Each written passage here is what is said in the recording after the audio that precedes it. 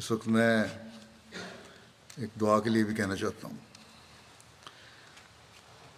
جو آج کل کے دنیا کے حالات ہیں ان کے بارے میں گزشتہ چند دنوں سے حماس اور اسرائیل کی جنگ چل رہی ہے، جس کی وجہ سے اب دونوں طرف کے شہری، عورتیں، بچے، بوڑھے بلا امتیاز مارے جا رہے ہیں یا مارے گئے ہیں.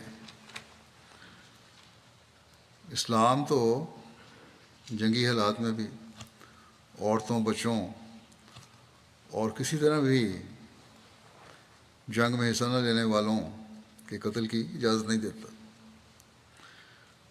اور اس کو آن حضرت صلی اللہ علیہ وسلم نے اس بات کی آن حضرت صلی اللہ علیہ وسلم نے بڑی سختی سے ہدایت بھی فرمائی ہے. دنیا یہ کہہ رہی ہے، اور حقائق بھی کچھ ہیں ایسے، کہ اس جنگ میں پہل حماس نے کی اور اسرائیلی شہریوں کے بلا امتیاز قتل کے مرتکب ہوئے. قطع نظر اس کے کہ اسرائیلی فوج اس طرح پہلے کتنے معصوموں کو، فلسطینیوں کو قتل کرتی رہی ہے. مسلمانوں کو بہرحال اسلامی تعلیم کے مطابق عمل کرنا چاہیے.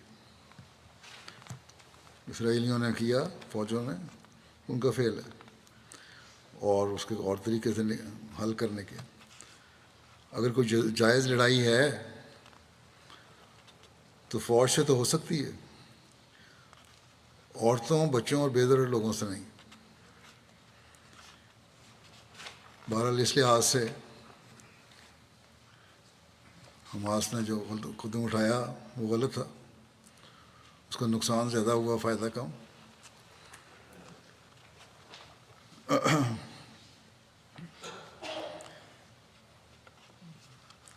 اگر یہ جو بھی تھا اس کی سزا یا اس سے جنگ حماس تک ہی محدود رہنی چاہیے تھی. یہ اصل تو ضرورت اور بہادری یہ ہے کہ یہ اصل رد عمل ہوتا. لیکن اب جو اسرائیل کی حکومت کر رہی ہے وہ بھی بہت خطرناک ہے،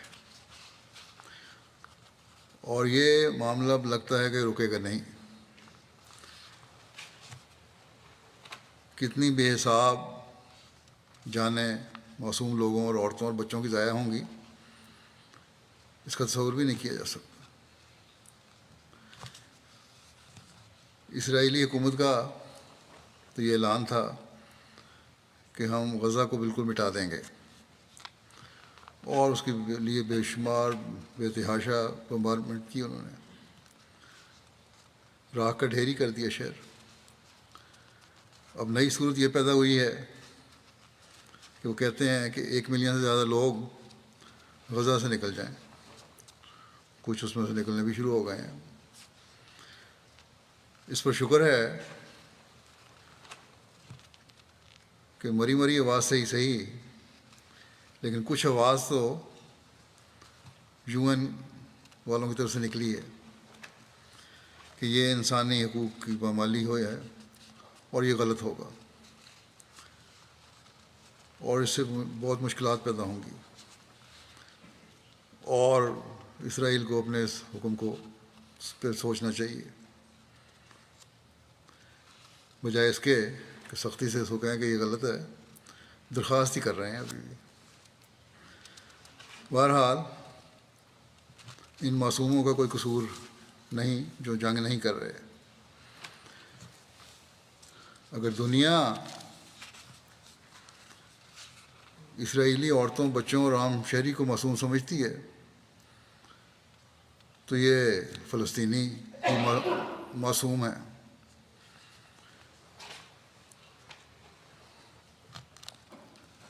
ان اہل کتاب کی تو اپنی تعلیم بھی یہ کہتی ہے کہ اس طرح کا تو غارت جائز نہیں ہے.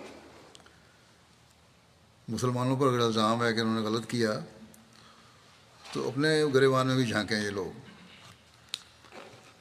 بہرحال ہمیں بہت دعا کی ضرورت ہے. فلسطین کے سفیر نے یہاں ٹی وی میں انٹرویو دیا، عالم BBC کو. اور سوال کرنے والے کے جواب میں کہا کہ حماس ایک ملیٹنٹ گروپ ہے، حکومت نہیں ہے، اور فلسطین کی حکومت کا اس سے کوئی تعلق نہیں ہے۔ لیکن ساتھ ہی یہ سوال بھی اٹھایا، اور ان کی یہ بات درست ہے، کہ اگر حقیقی انصاف قائم کیا جاتا تو یہ باتیں نہ ہوتی۔ اگر بڑی طاقتیں اپنے دوہرے معیار نہ رکھتیں یا نہ رکھیں تو اس قسم کی بد امنی اور جنگیں دنیا میں ہو ہی نہیں سکتی۔ بس ان دوہرے معیاروں کو ختم کرو تو جنگیں خود بخود ختم ہو جائیں گی۔ یہی باتیں میں اسلامی تعلیم کی روشنی میں ایک عرصے سے کہہ رہا ہوں، لیکن سامنے تو یہ کہتے ہیں ٹھیک ہے ٹھیک ہے، لیکن عمل کرنے کو تیار نہیں۔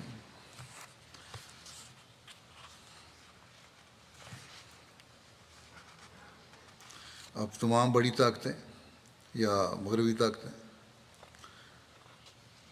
انصاف کو ایک طرف کر کے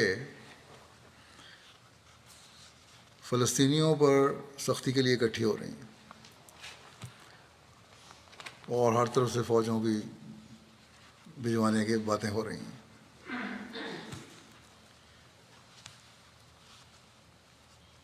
اور مظلوموں کی تصویریں دکھائی جاتی ہیں کہ اس طرح ہو رہا ہے ظلم، اس طرح ہو رہا ہے۔ غلط سلط رپورٹیں میڈیا میں دکھائی جاتی ہیں اور آ جاتی ہیں۔ ایک دن یہ خبر آتی ہے کہ اسرائیلی عورتوں اور بچوں کا یہ حشر ہو رہا ہے، ان کی یہ بری حالت ہو رہی ہے۔ اگلے دن پتہ چلتا ہے کہ وہ اسرائیلی نہیں تھے، وہ تو فلسطینی تھے، لیکن اس کی میڈیا میں کوئی معذرت نہیں ہوتی،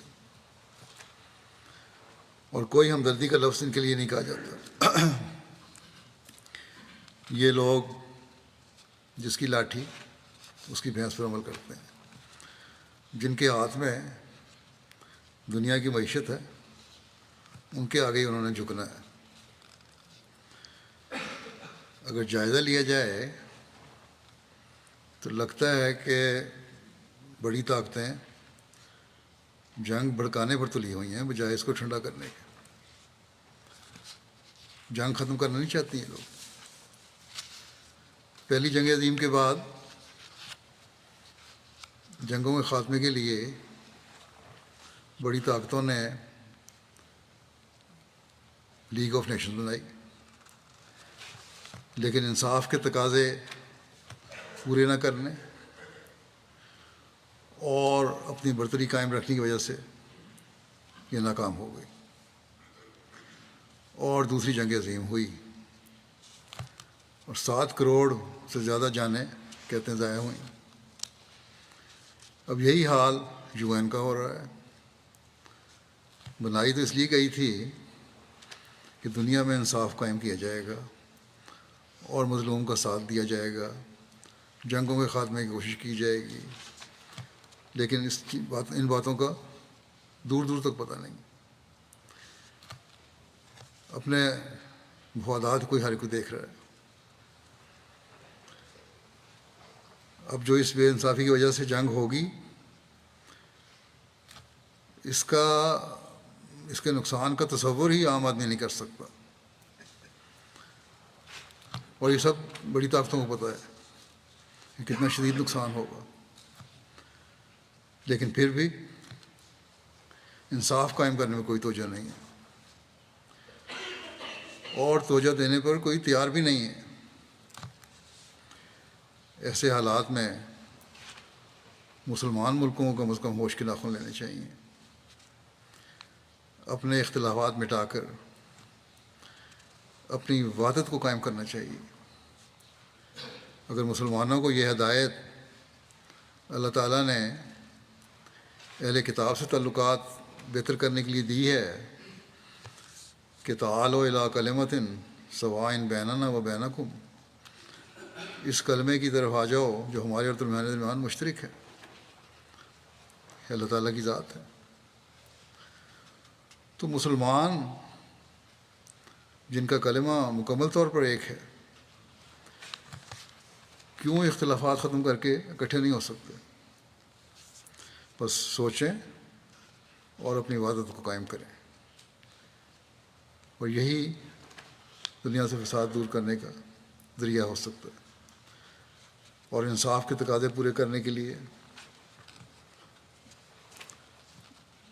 مظلوم کے حقوق ہر جگہ قائم کرنے کے لیے بھرپور آواز اٹھائیں، پھر ایک ہو کر ایک ہوں گے، وحدت ہوگی تو آواز میں طاقت ہوگی، ورنہ معصوم مسلمانوں کی جانوں کے ضائع ہونے کے یہ لوگ ذمہ دار ہوں گے، وہ مسلمان حکومتیں ذمہ دار ہوں گی۔ حضرت صلی اللہ علیہ وسلم کی اس ارشاد کو ہمیشہ سامنے رکھنا چاہیے، اور یہ ان طاقتوں کا کام ہے رکھیں کہ ظالم اور مظلوم دونوں کی مدد کرو۔ بس اس اہم بات کو سمجھیں۔ اللہ تعالیٰ مسلمان حکومتوں کو بھی عقل اور سمجھ دے، اور ایک ہو کر انصاف قائم کرنے والے بنے، اور دنیا کی طاقتوں کو بھی عقل اور سمجھ دے کہ دنیا کو تباہی میں ڈالنے کے بجائے دنیا کو تباہی سے بچانے کی کوشش کریں، اور اپنی اناؤں کی تسکین کو اپنا مقصد نہ بنائیں۔ ہمیشہ انہیں یاد رکھنا چاہیے کہ جب تباہی ہوگی تو یہ طاقتیں بھی محفوظ نہیں رہیں گی۔ بہرحال ہمارے پاس تو دعا ہی کا ہتھیار ہے، اسے ہر احمدی کو پہلے سے بڑھ کر استعمال کرنا چاہیے۔ غزہ میں بعض احمدی گھرانے بھی گھرے ہوئے ہیں، اللہ تعالیٰ انہیں بھی محفوظ رکھے، اور سب معصوموں و مظلوموں کو وہ جہاں بھی ہیں محفوظ رکھے۔